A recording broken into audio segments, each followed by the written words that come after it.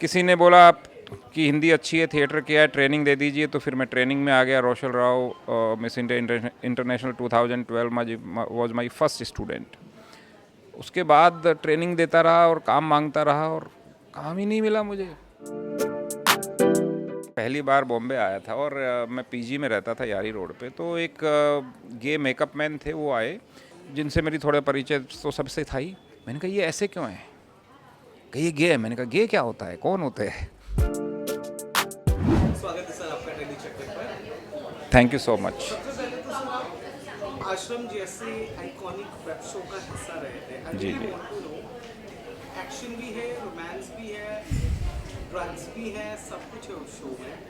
और आप चौथे सीजन का हिस्सा बने हो, if I am not. Third का हूँ, चौथा आने वाला बाकी है अभी। सो पहले दो सीजन देख के आप एक्साइटेड होकर आप फिर तक आए प्रोजेक्ट, तो आपने हाँ बोला या आपने किरदार सुना और फिर हाँ? नहीं सर, हाँ बोलने का तो सवाल ही नहीं है। मैं तो जा कर के और मैंने तो उनसे कहा कि सर मैं तो ऑडिशन देना चाहता हूँ, मेरा तो काम नहीं मिल रहा है, मुझे तो ऑडिशन दीजिए। बल्कि ये हुआ, दैट इज़ द फैक्ट। क्योंकि 2013 में जून में केदारनाथ में जो बाढ़ आई थी, I lost my 9 family members. और उसके बाद कज़िन ने भी कुछ प्रॉब्लम दिया और प्रॉपर्टी पे कब्जा करके, मतलब एक तरह से बहुत पैसा डिमांड किया। यानी मैं बहुत बड़े प्रॉब्लम में फंसा हुआ था, काफ़ी समय तक फंसा रहा। और इंडस्ट्री में आया तो चेंजेज आ जाते हैं इंडस्ट्री में, काम नहीं मिला। किसी ने बोला आप कि हिंदी अच्छी है, थिएटर किया है, ट्रेनिंग दे दीजिए, तो फिर मैं ट्रेनिंग में आ गया। Rochelle Rao Miss India International 2012 was my first student. उसके बाद ट्रेनिंग देता रहा और काम मांगता रहा और काम ही नहीं मिला मुझे। वादा तो आश्वासन मिले, काम नहीं मिला। और हाँ, वादे बहुत मिले, लेकिन एक किरदार जो एक रनिंग एक्टर है, वो अगर थोड़े टाइम के लिए कुछ हो जाए जीवन में और वापस जब आता है तो उसको काम ना मिले, ये बड़े दुर्भाग्य की बात है। मुझे फैमिली सपोर्ट रहा, परिवार में रिश्तेदारों का सपोर्ट रहा, तो मैं सरवाइव कर पाया। उसके बावजूद बहुत ज़्यादा कर्जा हो गया था। फिर वो ट्रेनिंग सिस्टम्स और उसकी वजह से मैं सरवाइव करने में मुझे हेल्प मिली। फिर मैं प्रकाश झा साहब के ऑफिस में गया फाइनली। बीच में भी मैं जाता था, लेकिन फाइनली गया। मैंने कहा मेरा ऑडिशन तो लो। उनका स्टाफ और वो तो, क्योंकि मैंने अपहरण की थी बहुत पहले, सब लोगों ने बहुत बढ़िया तरीके से ट्रीट किया। मेरा ऑडिशन हुआ और ऑडिशन पसंद आया सर को और वो काम मुझे मिला। तो मैं तो मांगने गया था काम। ऐसा कोई बात ही नहीं है कि मुझे ऑफ़र किया गया। हाँ, लेकिन फिर वो पसंद बहुत किया उन्होंने, सर ने। और उसके बाद में उनका जो दूसरा प्रोजेक्ट हुआ उसमें भी उन्होंने मुझे फिर मुझे सामने से काम दिया गया। तो मैं तो उनके साथ में और उन जैसे मेकर के साथ तो हमेशा काम करने का जितना मौका मिले उतना अच्छा है। आप खुद को फिल्मों तक रेस्ट्रिक्ट रखना चाहते हो या इस फेज में आपने सोचा था कि जो भी मिल जाए, टीवी भी मिल जाए, ओटीटी भी मिल जाए, मैं कर लूँ? नहीं, मैंने जो भी मिल जाए वो कभी नहीं सोचा जीवन में। चाहे काम नहीं करेंगे कोई बात नहीं। जब मैं शुरू में आया था, आप सुन के हंसेंगे और हंसते थे लोग, मैं ये बोलता था कि भाई मैं रेप सीन नहीं करूँगा और शराब और सिगरेट का ऐड नहीं करूँगा, बिकॉज ऑफ माई बैकग्राउंड।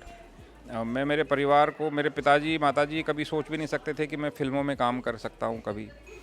बड़ा स्पिरिचुअल और बड़ा ही सात्विक माहौल और उस तरह का मेंटलिटी हमारे परिवार, मेरे परिवार में रही। लेकिन मैंने पता नहीं, उन्होंने मुझे प्रोवोक किया काफ़ी।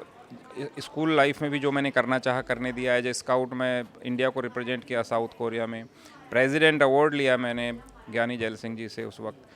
तो कल्चरल एक्टिविटीज़ भी वहाँ पे बहुत होती थी। और इंसान में जो बेहतरीन हो सकता है अंदर, सब एक्टिविटीज़ में उसको एक्सप्लोर करने का मौका मिलता है। तो वहाँ से मुझे भी एक्सप्लोर करने का मौका मिला और कहीं ना कहीं ये ख्याल आया कि मैं इस दिशा में भी कुछ कर सकता हूँ। समाचार वाचक बनना चाहता था शुरू में मैं, और फिर करते करते मुझे भी दूर की कौड़ी लगता था। फिर थिएटर शुरू किया जयपुर में, फिर वहाँ के लिए दूरदर्शन के लिए कुछ प्रोग्राम बनाए और फिर फाइनली 98 में मैं बॉम्बे आया। सर अगर आपके फिल्मों के ग्राफ की बात कर रही हो तो चाहे वो पुराने शोज हो, जैसे पुराने फिल्में हैं जैसे दिल है तुम्हारा टाइप, आइकॉनिक फिल्में हैं, दृश्यम का आपके साथ है, धमाल का आपके साथ है, वंस अपॉन अ टाइम की अगर मैं बात करूँ, वंस अपॉन अ टाइम की आपके साथ है। आपने इतने दिग्गज स्टार्स बॉलीवुड के साथ काम किया, which star among all of these made you comfortable?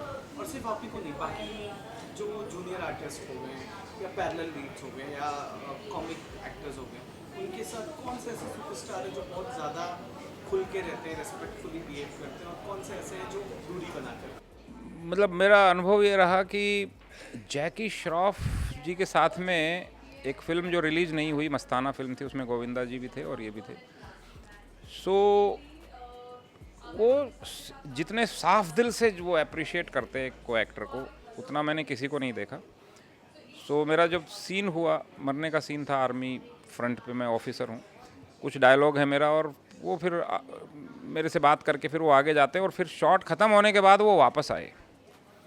वापस आके उन्होंने पर्सनली मेरे से मिलके अप्रिशिएट किया। पार्थो घोष डायरेक्टर थे उसके, और उनको भी अलग से फिर वहाँ पे खड़े थे, गोविंदा जी भी बड़े, उनको भी इन्वॉल्व करके, और इतनी मतलब तारीफ़ करते ही चले गए।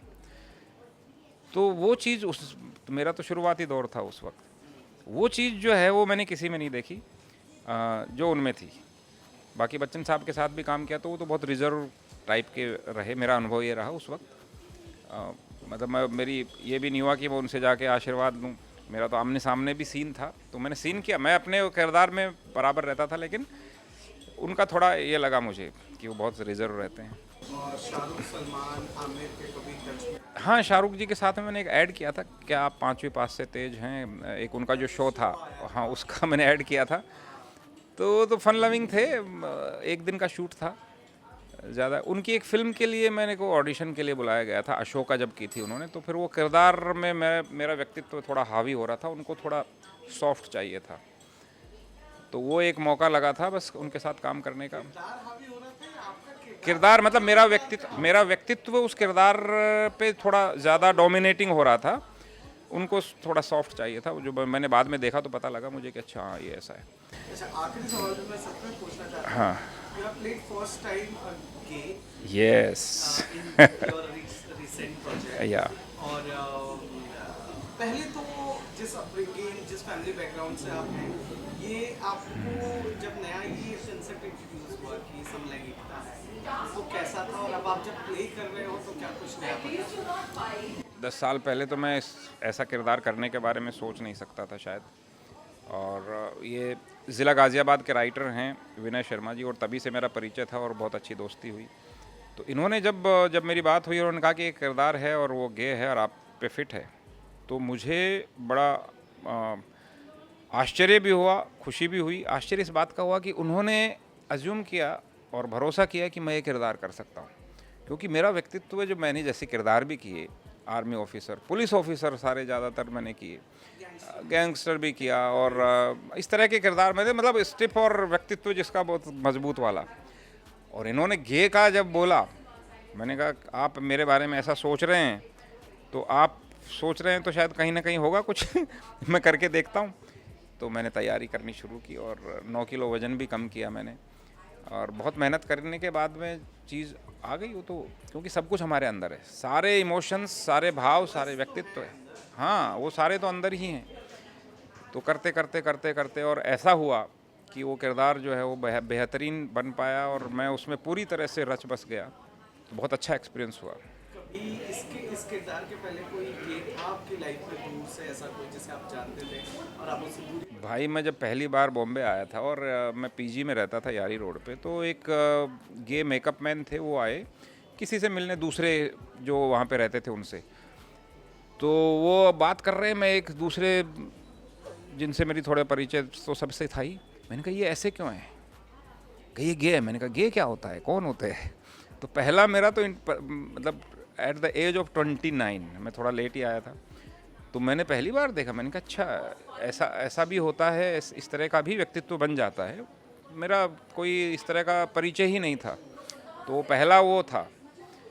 फिर वहाँ से तो फिर कई चीज़ें, कई बच्चे डरते थे, मैंने भी कहा यार ऐसे नहीं आप, फिर मैंने उससे ही बात की, तो उसने कहा भाई आप यू लुक लाइक अनअवेलेबल आपको डरने की ज़रूरत नहीं है किसी बात से, ऐसी बात होती भी नहीं है। So they are very nice people actually, जो इस तरह का व्यक्तित्व हो जाता है, तो व्यक्तित्व की बात है ना। तो ये पहला, हाँ इस तरह का शुरुआत ये हुआ। जी जी, thank you so much sir आपके टाइम थैंक के यू लिए। So much, thank you wish you thank you very thank best you. Of luck और जल्दी हम आपको और भी जगह देखें।